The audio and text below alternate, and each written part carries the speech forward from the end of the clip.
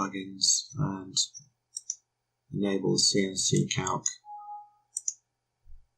So now you can see that we have the CNC-Calc toolbar available.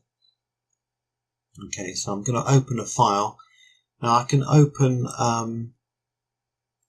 DXF drawings, or I can open up CDD, which is the CNC-Calc file. So we're just going to browse to our sample files, drawings, and you can see we have a few there. So I'm going to pick up tutorial 1 and say open.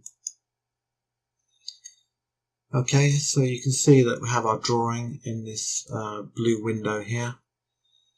We have some CAD functions available, so you can draw simple geometry, lines, arcs, fillets, circles. You can draw or put in text, and then editing functions for deleting and trimming geometry.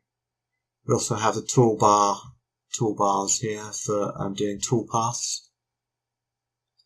So we have facing, pocketing, contour, drilling, helixing, thread milling, and a few other simple toolpaths. So just have a quick look at that. So to do a contour on this outside profile, I'll click the contour. I'm going to put a comment in.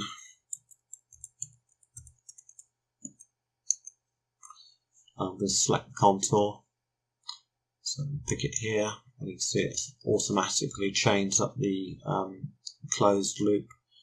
Click on parameters, set the cutter diameter, number of cuts, number of side cuts, depth cuts, lead in, lead out. I'm just going to accept all the default values and say show toolpath. Okay, and now I'm going to export that to the editor. So you can see the code has gone into the editor window now, and I can backplot that if I want to. Okay, so I'll close this window.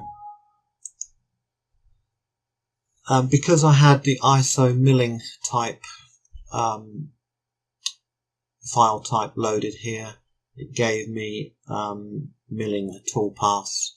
If I picked on turning, I then have turning toolpaths available. It doesn't make much sense with this geometry here.